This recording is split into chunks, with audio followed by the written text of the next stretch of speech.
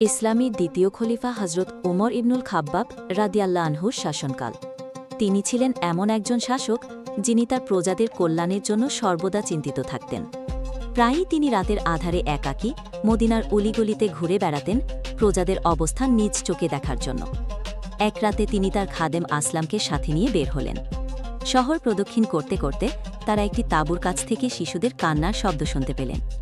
কাছে গিয়ে দেখলেন এক মহিলা চুলার উপর একটি পাতিল বসিয়ে রেখেছেন এবং তার পাশে কয়েকটি শিশু কাঁদছে। খলিফা ওমর রাদিয়াল্লাহু আনহু সালাম দিয়ে মহিলার কাছে গিয়ে কান্নার কারণ জানতে চাইলেন। মহিলাটি তাকে না চিনিয়েই বললেন, আমার সন্তানরা ক্ষুধার যন্ত্রণায় কাঁদছে। তাদের শান্ত করার জন্য আমি চুলার ওপর খালি পাতিল বসিয়ে রেখেছি, যাতে তারা খাবারের আশায় ঘুমিয়ে পড়ে। এই কথা শুনে খলিফা ওমর রাদিয়াল্লাহু আনহুর অন্তর কেঁপে উঠল।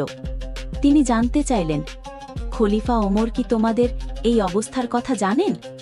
মহিলাটি ক্ষোভের সাথে উত্তর দিলেন, তিনি আমাদের খলিফা হয়েও আমাদের খবর রাখেন না। এই কথা শুনে খলিফা ওমর রাদিয়াল্লাহু আনহু আর স্থির থাকতে পারলেন না। তিনি দ্রুত বাইতুল মাল বা রাষ্ট্রীয় কোষাগারের দিকে ছুটলেন। সেখান থেকে তিনি নিজের কাঁধে আটার বস্তা, ঘি, খেজুর এবং অন্যান্য প্রয়োজনীয় জিনিসপত্র তুলে নিলেন। তার খাদেম আসলাম বস্তাটি বহন করতে চাইলে তিনি নিষেধ করে বললেন, কিয়ামতের দিন কি তুমি আমার পাপের বোঝা বহন করবে?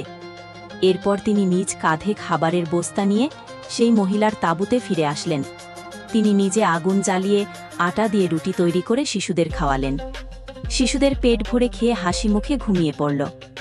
মহিলাটি খলিফার এই আচরণে অভিভূত হয়ে বললেন, আল্লাহ আপনাকে উত্তম প্রতিদান দিন।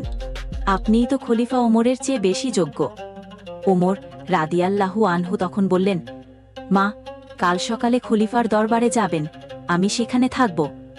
পরদিন সকালে মহিলাটি খলিফার দরবারে গিয়ে দেখলেন গতরাতের সেই ব্যক্তি খলিফার আসনে বসে আছেন। তিনি লজ্জায় ও ভয়ে সংকুচিত হয়ে গেলেন, কিন্তু খলিফা ওমর তাকে আশ্বস্ত করলেন এবং তার ও তার সন্তানদের জন্য মাসিক ভাতার ব্যবস্থা করে দিলেন।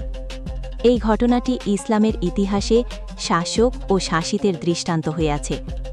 এটি আমাদের শিক্ষা দেয় যে শাসকের দায়িত্ব কতটা ব্যাপক এবং প্রজাদের প্রতি তাদের কতটা যত্নবান হওয়া উচিত।